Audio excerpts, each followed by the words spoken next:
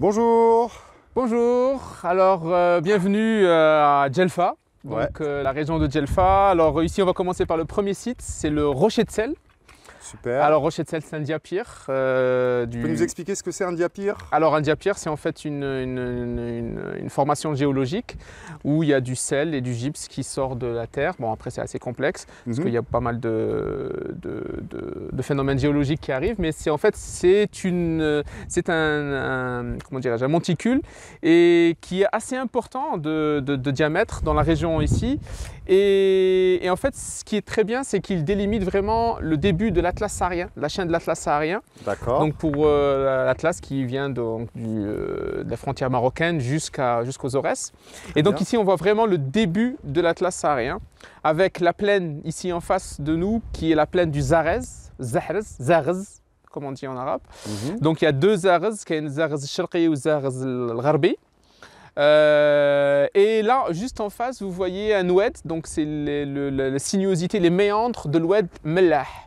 Oued Mellah, bien sûr, par rapport au sel, donc qui sort donc du rocher de sel, et donc qui va après se jeter dans l'un des shots du Zarez al-Gharbi, donc qui est en face de nous. Alors, le Zarez, c'est une plaine fertile.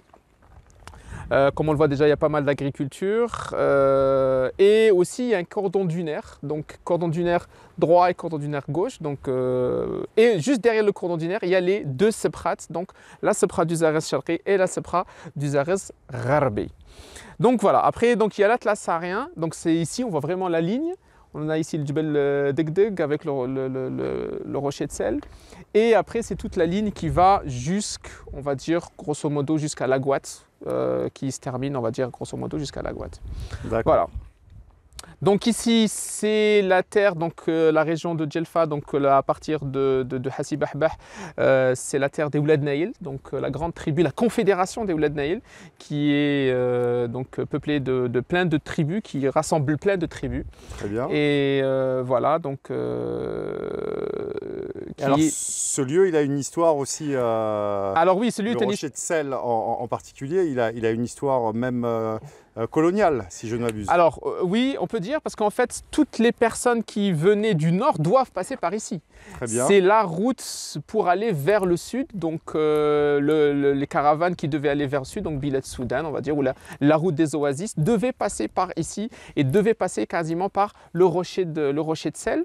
Alors, même durant la période coloniale, donc les troupes coloniales sont passées par ici et en fait, ils ont jalonné un petit peu toute la route par des caravansérails jusqu'à la prise de Djelfa en 1852. Les caravansérails, ce sont des forts en fait. Alors c'est des forts militaires où d'abord c'était surtout à usage militaire parce que ils ont pris, il faut d'abord un peu contextualiser, il y a eu la création, la fondation de Djelfa donc en novembre 1852 par les colonnes du général Youssouf qui après est parti à Laghouat pour massacrer, il y a eu le célèbre massacre donc de la prise de Laghouat en décembre 1852 qui a quasiment décimé une bonne partie de la ville.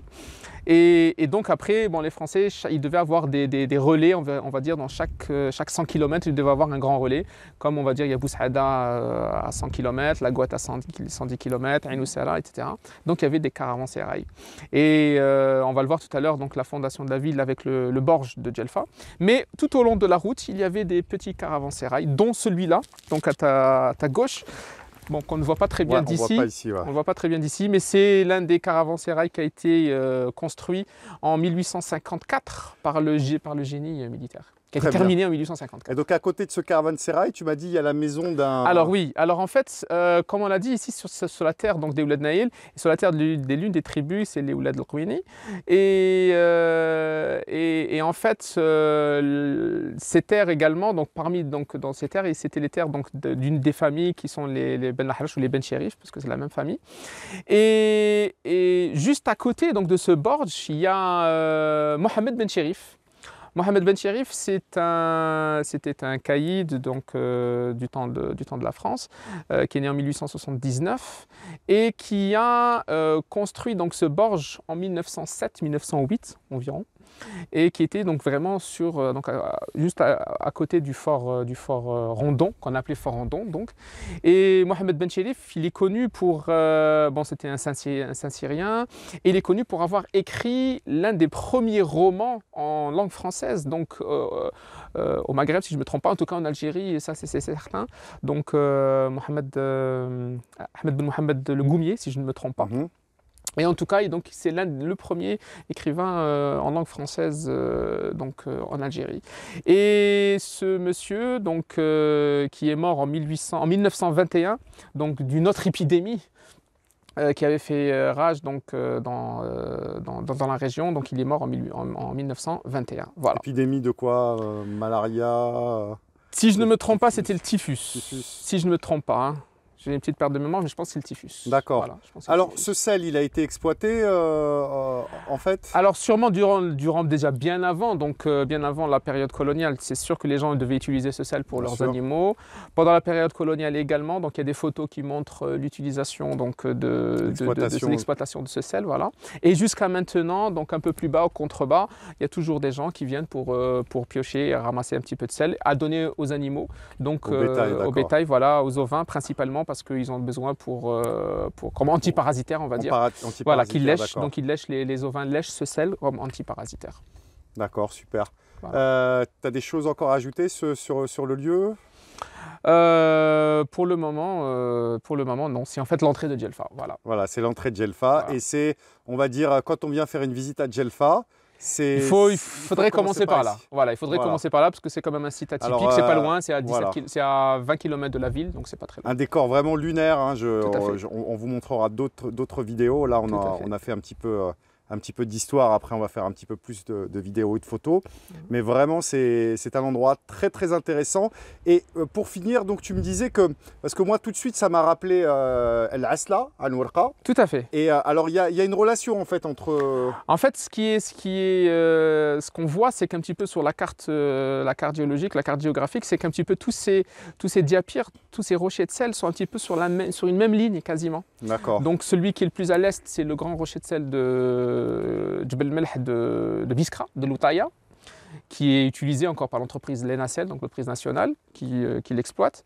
Puis après, on a ici celui de Djelfa, rocher de sel. Après, bon, il y en a aussi un autre du côté de Cherf, mais il est très très petit, mais c'est quand même un diapyre. Puis on a le grand diapyre, le grand rocher de sel d'Aflou, donc Kaf el Melh, à la frontière entre la wilaya de Lagouat et la wilaya de Bayat.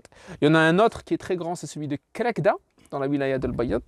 Puis on a celui celui que tu connais, donc de Ain Warqa, dans la wilaya de Naama, qui est également très très particulier. Ouais, très particulier, voilà, et tout, mais exactement, avec des couleurs. Mais ici aussi, il faut juste quand il pleut, on voit vraiment qu'il y a pas mal de couleurs, le bleu, du violet, du rouge un petit peu. Mais là, comme il n'a pas plu depuis quelques temps. C'est un site touristique quand même, il y a des gens qui viennent ici ou... Oui, il y a des gens qui viennent. Bon, c'est pas à la cohue, mais il y a des gens qui viennent. Il y a des gens qui viennent. Oui, bien sûr, il est connu ça. Et en plus, il y a une source d'eau juste en dessous, dont les gens viennent pour remplir leur bidon, etc. Parce qu'apparemment, ça serait une eau qui serait intéressante pour les personnes qui ont des calculs rénaux. D'accord. Voilà, bon. Je ne sais pas si ça a été prouvé scientifiquement, mais à vie, voilà. Eh ben, écoute, je te remercie beaucoup. On va continuer cette visite. Très bien, super.